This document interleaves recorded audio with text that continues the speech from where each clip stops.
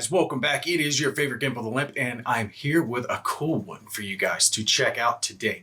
This is Ships of the Line Trafalgar 1805. Now, it's kind of funny how I'm actually reviewing this game when I was originally going to be talking about a different game. And long story short, I had seen their game Waterloo 1815 on Facebook. I saw someone talking about it. I'm like, wow, that looks like a really cool game. I'd like to check it out. So I go online, I'm looking around, and I couldn't find any videos of it actually being played. And I'd done some coverage for these guys before, Trafalgar Editions, and I like their stuff. I like some of the new innovative stuff they've tried out, techniques for some of their games. Panzerkampf, definitely check that one out. It's World War II tank game, miniatures game that I covered before. It's by the same people. And I was like, all right, this looks awesome. And I'm not too much into the Napoleonic era, but I liked what they had going on. So I contacted them and I'm like, hey, I'll do some playthrough videos for you if you like, because I really like the look of your game. And they were all about it, except for they're out of the copies of it. And they're low on copies on some of the others. And they're like, but we got Ships of the Line. We'll send that to you if you want to cover it. And I'm like, you know what? I love Ship of the Line. I love Age of Sail stuff. By all means, yeah, jump on it, send it my way. But I wanted to make sure and mention the other games as well before I started touching on the Ship of the Blind one. They do, like I said, the Panzerkampf one. They've even got a miniature game, Blood and Steel. Don't know much about that one, but it looks really cool. I love miniatures, love painting them. So check that out if you're into it. Now, the Waterloo and Austerlitz ones are the ones that have counters, Napoleonic era, but they're moved with the movement templates similar to the design that they've used in Panzerkampf and that you're going to see here in Ships of the Line. So they're out of Waterloo. I'm kind of hoping they get more of those, so I might be able to beg one off of them. But they do have a handful of the Austerlitz ones left. Now, they only have a few of those left. So if you like the look of the images I've got on the screen for you now, you can get Austerlitz. That one's still available, but there are no Waterloo ones. So if you like it, jump on it now, because if I remember right, he told me they had like a handful of copies left. Looks really interesting. I love the design look of it. I love it when they're trying something new. Counters with movement templates, really like that. I think it looks awesome, and I think it works well with that type of combat, right? When you've got lines, formations of troops, moving along. I'd really be interested in checking out that gameplay. So I will definitely try to cover those later on when I do get a chance to. But if you're interested in that, you've only got a small window to jump on it. So, go take a look. As far as the Ship of the Line goes, we're going to be covering the Trafalgar one. It's a big game, cool components, a lot of ships in it. The ships are really small. They're in there. They've got red, blue, and yellow to signify, British, Spanish, French ships in the game. The one thing is I did make a little bit of a mistake when I was setting out my map. I set it out, the tiles. There's 10 tiles, sea tiles, right? Blue sea tiles. And I set them out in a different formation. I figured it was supposed to be rectangle, supposed to set them up with 9, one to the side, but I did it a little bit wider than a little bit taller. And I was sitting there thinking, it's a little tight, in this direction. Then I saw their picture and saw they had set it up a different way. And I'm, well, we'll just leave it my way. It works better for my filming anyway. I would say that's the one suggestion. If you do have other sailing games and have like a neoprene sailing mat or something like that that's bigger, 3x3 would work great with this game for the size that it is. And honestly, I think it's really expandable out to whatever size table and space that you have. It's a simpler playing game, but there's a lot of advanced rules that you can use with it. So you can really expand it up to your imagination, right? As big and deep that you want to get into it, you can with this. So I like that. But if you want to play something that's smaller and quicker, you can always reduce the amount of ships that are on the board, not worry about using the advanced rules. So it's really up to you if you want to get a deep, rich, Ship of the Line, Age of Sail type game, or if you want to have a beer and pretzels quicker playing game. You can really go in either direction, which I like on this. And plus, like I said, you can paint the ships up. I am going to show you with the ships, though, You can paint them. Like I said, I didn't bother because there's too many. There's like 100 of these things. Actually, it's not 100. I think it's like 60 some because I think there's roughly 30 on each side. So yeah, it's probably like 68 or so. But when it came to the sails are designed on these little plastic sails to go in the little plastic ships, little models, to go in there and be able to be popped out because they can be knocked off. For me, for the way I do with storage, I went ahead and just secured mine. I glued mine in because I don't mind just using a marker to signify that the mast has been taken out. That's completely up to you on whether or not you want to do that. I found it works easier, so I don't have to worry about them popping out. They fit in snug enough, but for me, I know that when I store the ships after I get done with them, they'll be falling out, and I don't want to have to worry about anytime I try to play the game plugging the little sails back into it because 3 go in each one. So I don't think it's going to hurt you if you want to just use a separate marker or something to signify the fact that it's lost mast. It's fine, and you can glue them in. It'll work just fine. It's up to you. But the way we're going to do this one, we're going to jump down to the table. I'm going to show you the components, show you how the game itself works, and we'll play a little bit of it, let you guys see how it goes. Probably definitely not going to play through the whole thing because that would take a while. There's a lot of ships that are on this board. You'll see. Let's go take a look. All right, so here we are down at the table, and we're about as sky high as I can get away from the map. You see how small all these ships are, but there's a buttload of them all spread across the table. Looks really cool. So let's go over our components real quick before we get into the game. Let you guys see. This is what we're going to be using, our little ships here. Now, all the ships are the same design, so they're all going to look like this. They're all going to have the 3 masts that are on them. They're all going to have a little sticker that goes on the back, and these actually went on a whole lot easier than I would have thought. Really easy. There's a little plastic peg back there. You just wrap it around, squish it down, and it's on there. Nice, easy peasy. And you see it's got a number on it. Pay attention to that number. That is going to be important. Like I said, there are 3 colors. You've got your yellow for the Spanish, blue for the French, and then the red here for the British forces that are coming in. Now, like I said, with these sails, the sails can come off, but I've glued mine in so they can't come out. That way I don't have to worry about trying to keep track of these things. So you can see the map tiles. They actually stand out pretty well because I didn't line it up perfectly. I'm sure there's a way to line it up so the pattern on there blends in well. My mistake is if you see, these are vertical tiles, right? So here's one, here's one, here's one, here's one. There's 10 of them total. The way you're actually supposed to set it up is having them horizontal and then a row of 3. So 1, 2, 3. And then go across 3, so 9 of the tiles, and then there's 1 that goes off to the side to kind of go for this little archway of where the French and the Spanish ships end up, right? So they'd be just off to the side over here. That was my bad. I set it up the wrong way. But like I was saying, with this amount of ships, the amount of tiles that come in the box, you could really expand this out. So if you've got a blue mat or some, whatever you're using to conduct like your ship of the line type games, feel free to use that and space it out. You're not going to have a big deal, but do keep in mind these things do move off of these little tokens. So you actually don't want to go too big with it. Okay. It's designed to be at, this scale. Inch-long ships. So you don't want something that's like 6 feet across. It'll take a year to get the ship across there. Now, here's the thing that threw me when I first started looking at this game. I was like, okay, well, the ships all have different stats. There's the actual ship of the line, the 3-deckers, there's 2-deckers, there's sloops, there's brigs. How do you have that with all of these being the same ship or same plastic ship, right? Now, they actually went with this. So here's an example. There's a bunch of player aids that come with this game, and this is actually what ends up taking up a lot of your space. Most of them are full sheet player aids. Actually, let me grab one that'll look something like this, okay?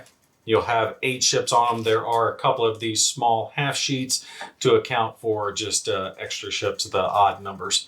This is where all your stats are going to be located for your ships. Everything between their hull points, how many guns they have, their boarding power, their fatigue levels, the crew levels, all that, even the name, the captain, all of that's listed down here. So when I was saying earlier that number is important, that number is important because that's where you get all of your ship stats. And at first, when I was thinking about it, I didn't think I liked it. I was like, you know what? That's going to be a lot of bookkeeping. I'm going to have to constantly look over it. But then I'm like, if they're trying to make a game like this, where you've got a whole bunch of different ships, huge number of them involved in this big, awesome naval battle, and they've all got these different stats, different amounts of guns, hull points, crew points, boarding powers, the ability to have individual models that stand out so you can tell apart looking at them would drive the cost of this game through the roof if they had different models, because they would have to have a multitude of them made out, right? Even just 3 or 4 of them to have multi-deck ships would dramatically increase the cost of the game and make it pretty much unwieldy. So I actually, now that I think about it, think this is an actually elegant way to handle the stats of the game, because there's counters included for this that you put down on these sheets, and you can keep track of all the stats. And then all you have to do is simply look at what number the ship is, find its stat. Okay, well, it's a 120 gun ship, so it's going to be rolling 6 dice. Or if it's down in its wounded area, it's getting ready to sink, it's only going to be rolling 3 dice. Here's its boarding, right? So if it gets in a boarding action, we've got a power of 4. That's what we're going to be comparing. And it becomes real easy. Look at the number, find the number, boom, there's your stats.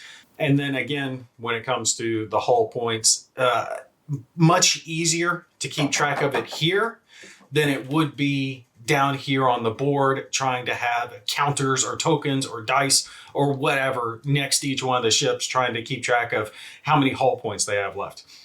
So with this, all you have to have is a handful of the player aids spread around the board. I've got them surrounding my board out here, so you can keep track of all your ship stats. That does mean this game's going to take up a fair amount of space. You're going to need a 6x3 table at least to really do the game justice, and you're going to be snug getting everything out. But if you're watching this, you're a board gamer anyway, and you should be used to it. So it is what it is. But like I was saying, here's where all your stats are going to be.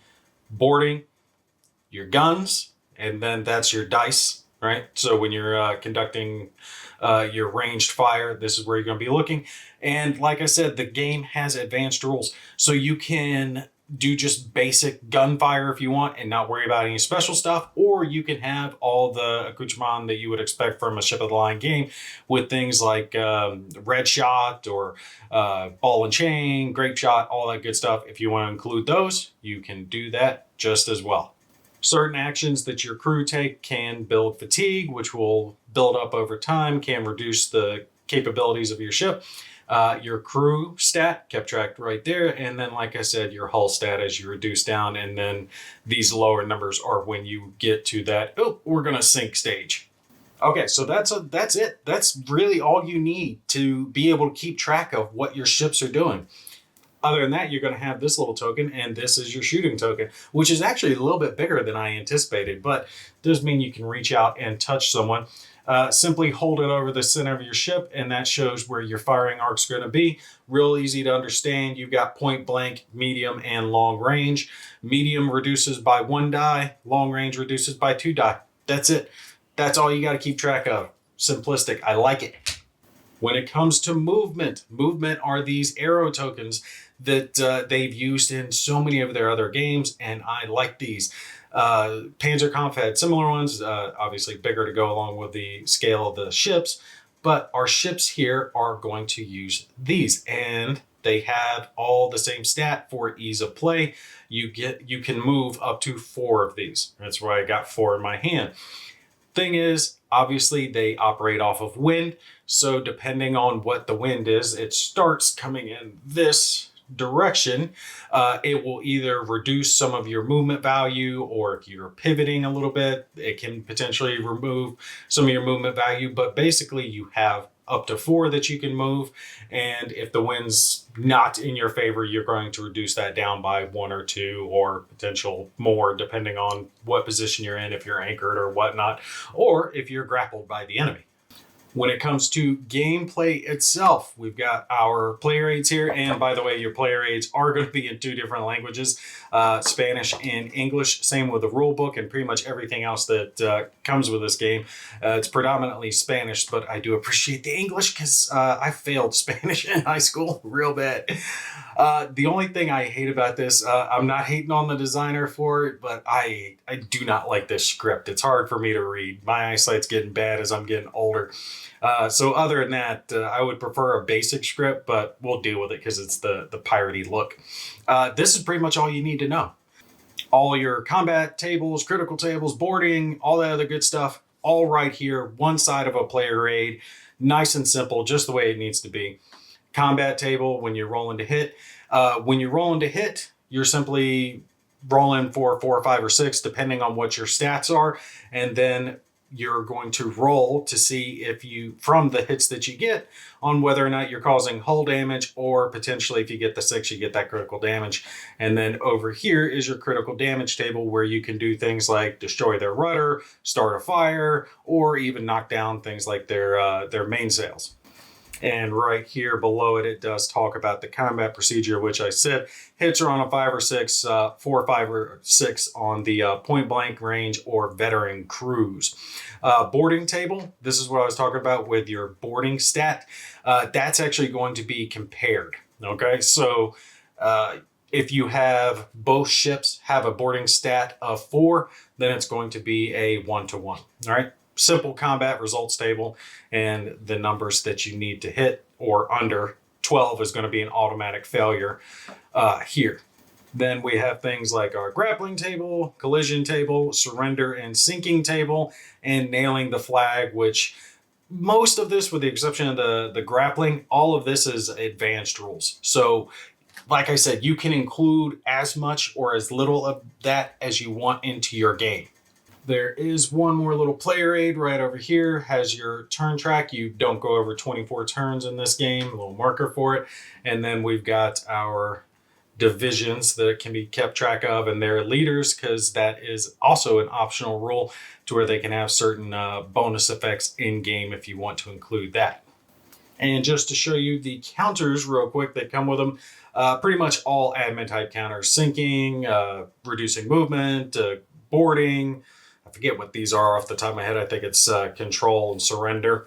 And then backside stuff like being on fire, having the rudder shot out, surrendering the white flag, or even dropping anchor.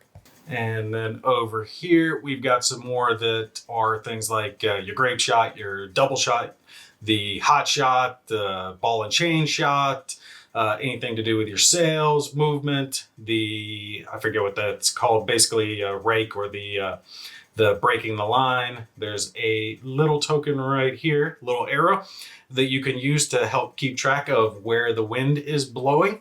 And then over here, we have things like a bunch of our movement tokens, and then these for keeping track of your little stats. So you'll put these on the spots on the player boards that I was telling you about.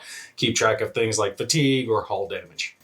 Oh, and like I said, there are some counters for leaders that apply certain bonuses. Again, that is an advanced rule on whether or not you want to include that.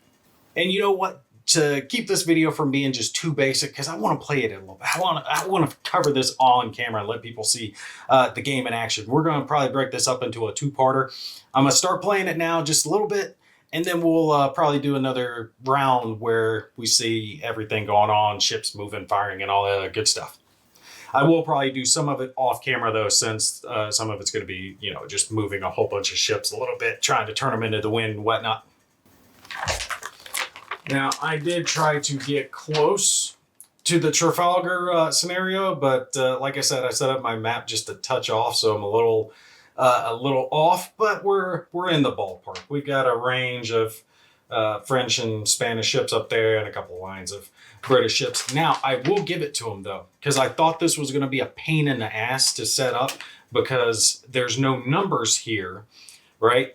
and all the ships are here by name. So I was like, oh my God, I'm gonna have to look up the name, figure out which number it is, because it's just the number on the ship, and then try to figure out where it goes. Well, it's actually really easy because the way they have the ships numbered, it's 1, 2, 3, 4, 5, 6, 7, 8, 9, 10, all the way down, right? For the British and the French. So the first ship in the line is number 1 all the way down to whatever this is, 33, 32, whatever it is. So real easy. All you got to do is organize your ships by number and then line them up according to their picture here on the map. Really, really easy to set up. Really appreciate them doing it that way because it made it 10 times simpler than I thought it was going to be. All right, so I'm not going to play with all the optional rules, the advanced rules for the game, but I am going to include a good chunk of them. One of the cool things here, though, for our scenario is that the French admiral did not fight in Trafalgar, nor did he help anybody with his division ships. To simulate this, you're going to roll a die to check for the behavior of all the French ships. And it's going to be a 6-sided die. 1 to 2, they're going to withdraw, the ship leaves. 3 to 4, you're going to roll again the next turn. And then 5 to 6, they're going to join the fight. And that is for every French ship that is on here. So all these blue ones all across the top. Now, that doesn't happen, though, until after the end of the first turn when the British have attacked the combined fleet. So first turn, only the British and the Spanish are going to be shooting, and then the French may or may not join in. Also, the British get a little bonus. They add 1 to the damage inflicted by British ships. If it fires and it misses, then there's no little bonus. Now, the game itself is simple. Start off with initiative roll. For us, we don't have to on this one because the British start with the initiative since they're, initiating the attack. After that, you do your fire phase, then a movement phase, and then it's basically a cleanup phase. Anything sinking or repairing or putting out fires is done that last phase. So initiative, then you're shooting, then movement, then boarding, grappling, sinking, surrendering, anything else like that's done in that third phase. All right, so to start us off over here, we have ship number 12. If I remember, yep, that is number 12, that is number 12 right there, which is the Albion, or no, the Africa. You're going to take your little template and you're going to stick it right on the top of the ship, and that's your firing arc, okay? But I'm going to give it just a little leeway because if you can turn it just a little bit to get the enemy ship in there, I'm not going to turn it like all the way to the front, but just a couple degrees. If you can do like that and get the enemy, we're going to give it to them.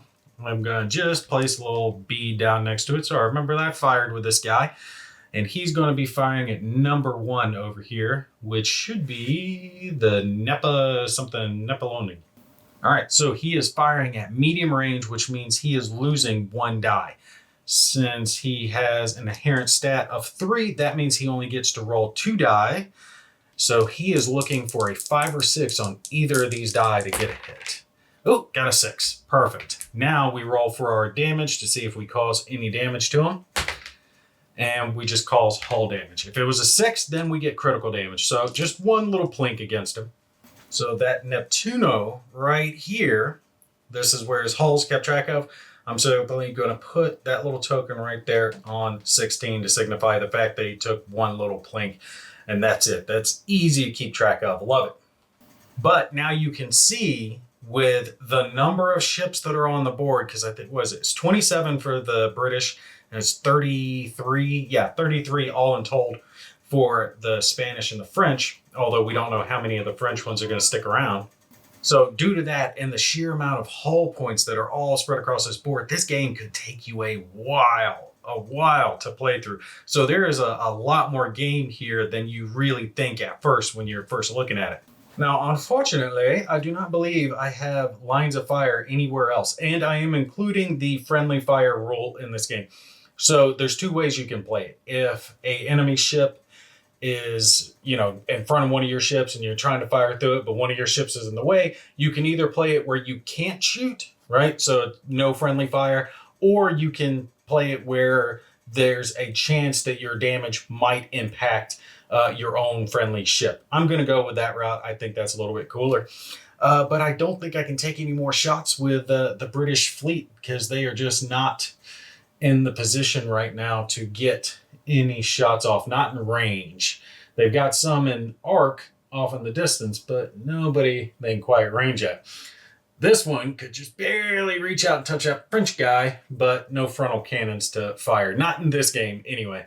Now, I don't know where they got them, but I do remember I saw in the picture that they had a acrylic version of this in the game that they were playing that they could slot right up against the ship. Man, I hope they sell those because that looked like it was really good. Make it so much easier because you could just set it right down on the board.